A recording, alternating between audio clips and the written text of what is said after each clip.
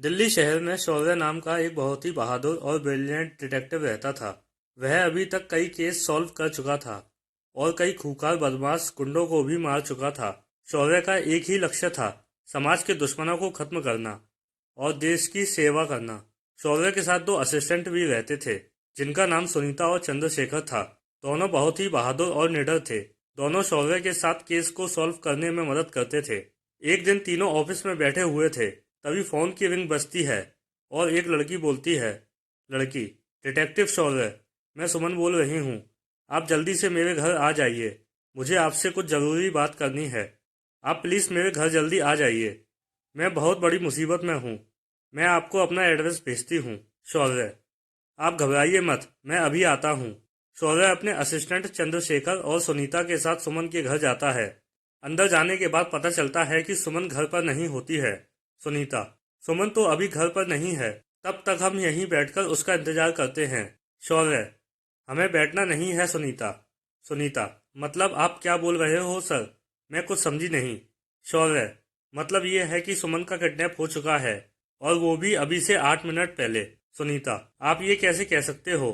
शौर्य, कहने की बहुत सारी वजह हैं। पहली बात, अगर कोई इंसान घर से बाहर जाएगा तो दरवाज़ा बंद करके जाएगा और वो अपना फ़ोन भी साथ लेकर जाएगा। लेकिन हम यहाँ आए तो दरवाज़ा खुला था और फ़ोन टेबल पर पड़ा था। दूसरी बात, मेन गेट के पास गार्ड का केबिन बना है और गार्ड भी कहीं नहीं है। तीसरी बात यह है, किचन में नॉर्मल फ्लेम में केक बन रहा है। एक केक बनने में लगभग 15 मिनट लगते हैं और टाइमर में अभी भी 7 मिनट बाकी हैं। मतलब सुमन 8 मिनट पहले यहाँ थी। शौर्य, इसलिए चंद्रशेखर तुम अच्छे से घर की जांच करो और कोई फिंगरप्रिंट, ब्लड या कुछ भी मिले तो उसकी पूरी डिटेल्स निकालो। तब तक सुनीता तुम घर की तलाशी लो और देखो कुछ मिलता है क्या, और गार्ड कहाँ है पता करो। हमें किसी भी हाल में किडनैपर को ढूंढना है। तीनों जांच में लग जाते हैं। फिर थोड़ी देर बाद आकर सुनीता ने शौर्य से कहा, सुनीता, मुझे गार्ड मिल गया है और किचन के पास एक घड़ी भी मिली है। शौर्य, ठीक है, फिर गार्ड कहाँ है? सुनीता, वो अलमारी में बंद था और देखकर लगता है कि उसके साथ मारपीट हुई है। शौर्य गार्ड के पास जाता है और पूछताछ करता है तो गार्ड ने बताया। गार्ड, थोड़ी देर पहले एक कार में कुछ लोग आए और जबरदस्ती घर में घुस गए। मैडम को ले जाने लगे। मैंने रोकने की कोशिश की तो मेरे साथ भी मारपीट की और अलमारी में बंद कर दिया। शौर्य, ठीक है, तुम चिंता मत करो, हम लोग सब पता लगा लेंगे। चंद्रशेखर, सुमन के फिंगरप्रिंट के अलावा कुछ नहीं मिला, अब हम क्या करें? हमारे पास तो कोई क्लू भी नहीं है और किडनैपर भी भाग चुके हैं। अब हमें कैसे पता चलेगा कि वो कहाँ पर है? शौर्य, हाँ, लेकिन ये सब हमें गार्ड बताएगा। सुनीता, गार्ड कैसे? शौर्य, क्योंकि ये झूठ बोल रहा है। यहाँ एक नहीं 2 गाड़ियाँ आई थी। मैंने घर में आते वक्त टायरों के 2 निशान देखे थे। तो गार्ड जी, अब बता दीजिए, आपने झूठ क्यों बोला और सुमन कहाँ है? आप प्यार से बता दीजिए, नहीं तो हमें और भी तरीके आते हैं। गार्ड घबरा जाता है और सब कुछ सही बोलना शुरू करता है।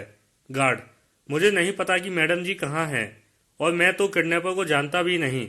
उन्होंने कहा था कि अगर मैं उन्हें अंदर जाने दूं तो वो मुझे बहुत सारे पैसे देंगे, इसलिए मैंने उन्हें जाने दिया और वो लोग बड़ी काली एसयूवी कार में आए थे।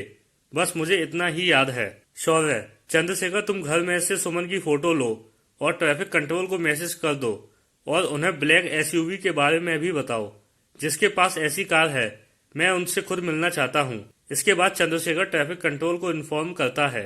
फिर कुछ समय बाद चंद्रशेखर कहता है, चंद्रशेखर सर, ट्रैफिक कंट्रोल से मैसेज आया है कि सुमन उनके पास है। वो किसी गली में बेहोश पड़ी मिली और उन्हें अब तक 4 एसयूवी कार मिली हैं और उन्होंने 8 लोगों को पूछताछ के लिए रोका है।